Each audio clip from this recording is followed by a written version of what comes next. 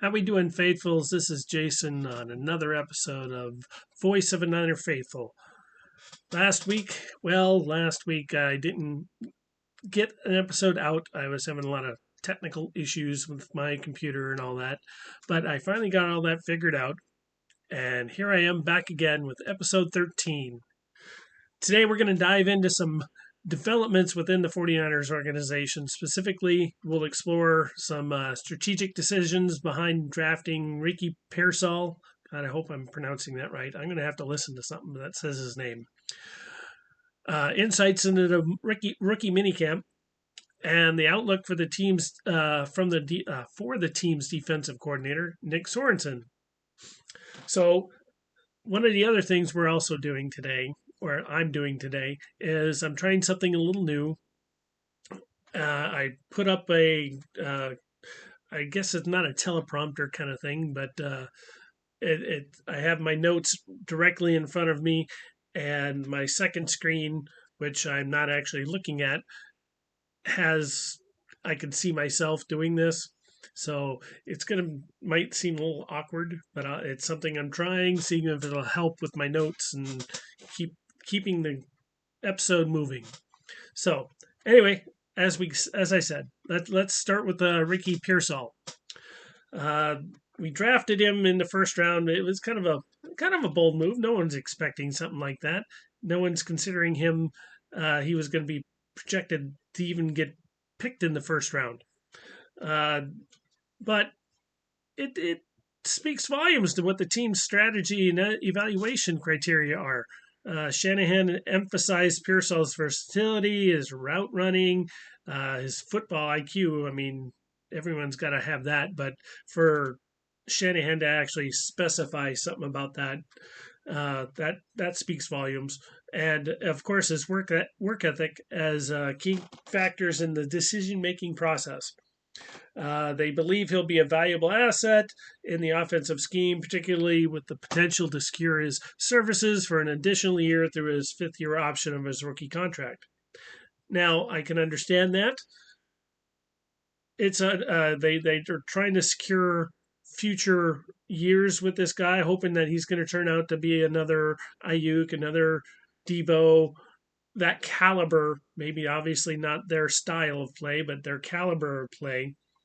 And we don't know. We don't know what's going to happen with Debo later on. Yeah, he did sign a new contract a couple years back, but that one eventually is going to go away too. And are we going to sign him to another contract after that? I hope we do, but we don't know.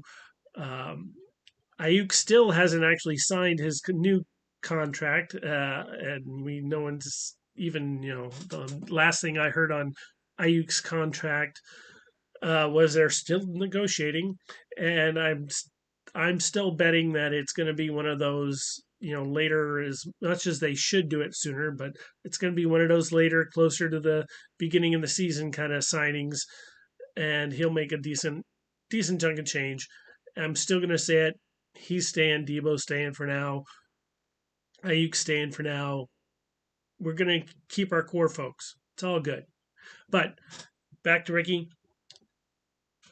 That's the reason that I think that we picked him when we did, so we can. There's that option of his fifth year on his rookie contract. That would definitely help later on in negotiations with other players. So I think it worked out pretty good.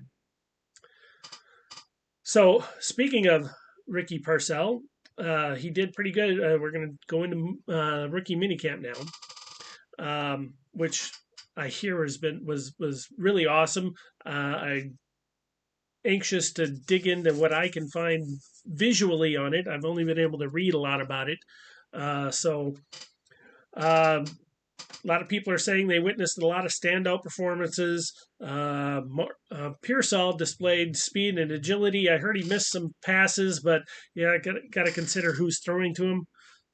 So might not have been him, but just his general speed and jerkiness and all.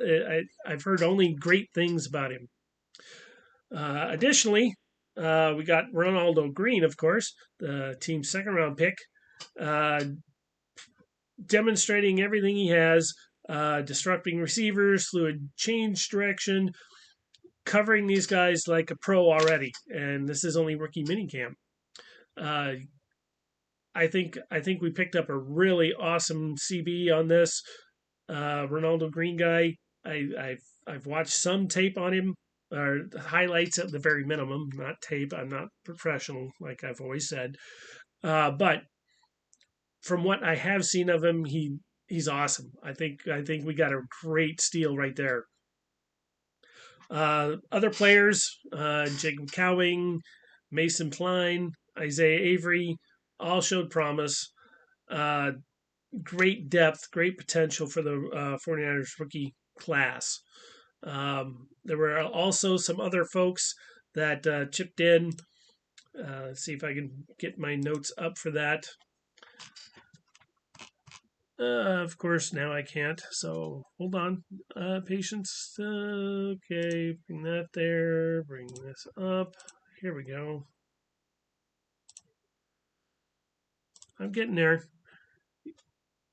This is why I tried to put my notes in front of me, but I wanted to take a little bit more time on some of these other guys.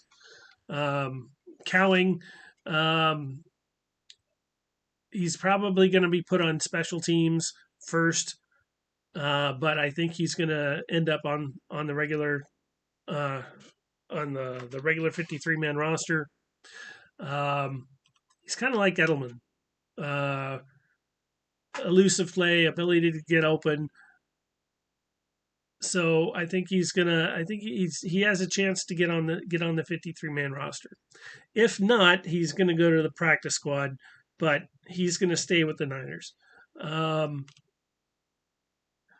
see who else do center Drake Nugent.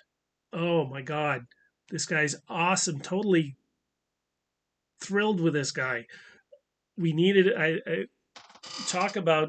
I think he's gonna just be perfect impact right away. Um, his drills, the performance I've heard on the drills on Friday, were awesome. It's just I can't speak any higher of this guy. This talk about another steal. Drake Nugent was awesome at center. He's going to be our center. I guarantee it. Now, another person that showed some promise, Corey Luciano. I don't know if uh, but he while him Kingston Puny. I think it's Puny. They did pretty good, but Nugent. That all I've read, awesome reviews on him. We got also tight end Mason Klein. Size and catching ability to excel at the NFL tight end level. Good second backup to George. Um, he's also, I don't know, I think we have to keep an eye on. He's going to need some practice on the blocking. He might be one of the more. I mean, you don't see like Travis Kelce out there blocking a lot. He does do it, but he's more the catching, receiving type of tight end than a blocking tight end. I think that's probably what Klein was in college, but on our team, he's going to have to block a lot more. So he's going to get some. He's going to get coached up to do that. I have faith in the guy. Um, let's see, Malik Mustafa. Heard he did really good in rookie minicamp. Defensive lineman Shaquille Brown, uh, despite being waived by Tennessee recently, has received positive reports. So you never know. Defensive tackle. So can never hurt to have the backup for that. But I really think the best person at minicamp this whole time was our center that we picked up, Nugent. I can't say I can't. There's just not. He's just so good. I think we're going to have a great defensive line. excuse me, offensive line now. Um, now that we've gone over a little bit of the rookie minicamp, we'll shift a little bit and we're going to talk about our wonderful new defensive coordinator, Nick Sorensen. God, there's this picture of him I keep seeing. Oh, let's see if I can find it. I'm going to find it because it's just that weird. Um, Nothing against him. He's an awesome guy, but it just is weird. 49 News. I keep seeing this picture, and of course, now that I'm saying this, I won't be able to find it. Oh, actually, this isn't too bad. This will work. Go back. All right, I'm going to bring it up. Bum, bum, bum. I have to bring my screen back over here so then I can transition. I love this thing. All right, so here he is. He always has this kind of like he's, pushing his lips in. That's all I see the pictures of him at. He doesn't. I'm not. I'm just trying to be a little comical here, but watch some of the pictures. I'm sure he's going to be a great defensive coordinator. He's going to be on the field. I did read about that. He's going to be on the field a lot more. He's not going to start up in the booth and then come down. He's going to be on the field. I'm hoping I'm going to have to try to go back and see if I can find some shots of him during last season and the season before of him on the sidelines to see if he gets as animated as some of our previous defensive coordinators used to get, which was awesome, by the way. So let's hope that he does. Let's hope that he really gets, super involved in how the game is going. I'm sure he will. He's obviously one of the coordinators, one of the main coordinators. He's going to be involved, but you know what I mean. Show that enthusiasm for his team on the sidelines. That doesn't just pump up us fans when we see it; it pumps up the players, and I think that's a very key thing to us. So, yeah, again, the lip thing is just kind of funny to me. Flip this back and move this back over here. All right. So anyway, he discussed his recently discussed. He did a little thing after rookie minicamp, and he discussed his role and vision for the team's defense. He emphasized maintaining the team's aggressive and fast-paced defensive identity, while also transitioning into a leadership role with increased responsibilities. Sorensen's collaboration with Brandon Staley. I haven't heard his name since he got signed, since he especially doesn't have an actual title, but helps with the defense. He's going to partner with him, kind of like I guess Brandon Staley's kind of like the backup to Sorensen, since he has head coaching. What's the word I'm thinking of? Experience, head coaching experience, defensive coordinator experience. Sorensen's going to pick Staley's brain. Is pretty much what it is, and I think with both of them there, it's going to help our team mesh better.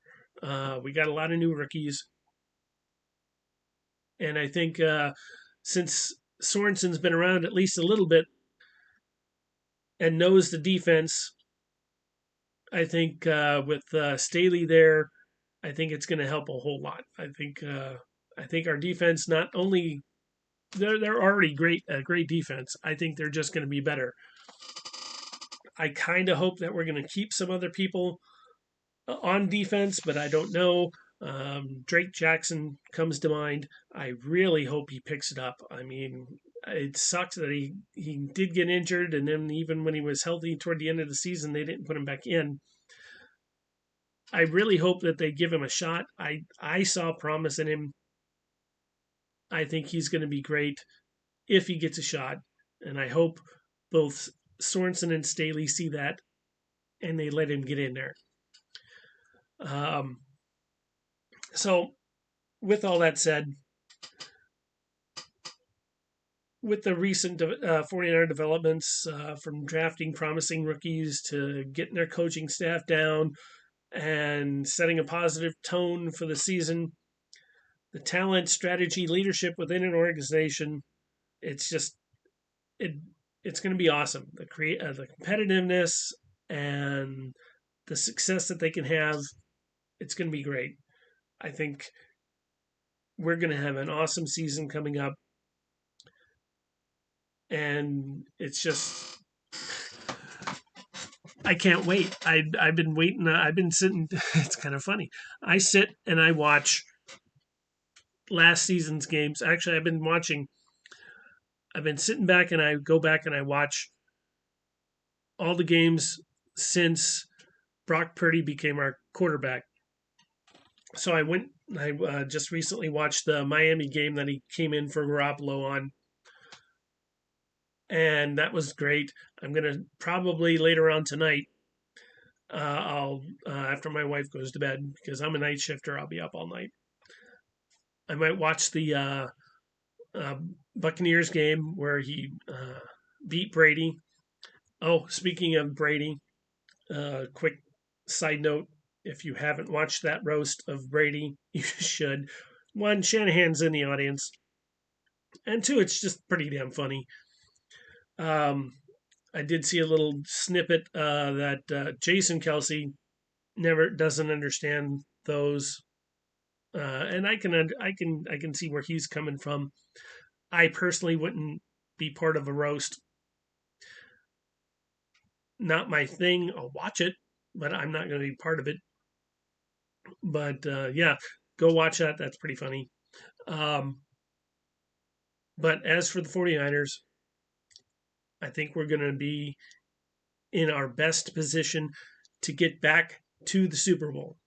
We're keeping our core people. We've gotten some new talent, and that talent is most of them are gonna just fit right in, and it's gonna be great. We are gonna have one of the best seasons coming up. Speaking of seasons, I like to consider my show just a continuing season. And next episode, we will go into a little bit more on some of the rookies, like I was going to do. I did a little bit today, but only just because of the rookie minicamp. I'll try to dig in deeper to some of these rookies. Maybe I can find some quotes or other things from their former teammates of their college time or whatnot. And we'll get see if I can dive into a little bit more of them. And of course, anything else that happens to come up in the next week with the 49ers, I will mention. So hopefully you guys are enjoying my podcast. If you are, please like, subscribe, and comment, comment, comment.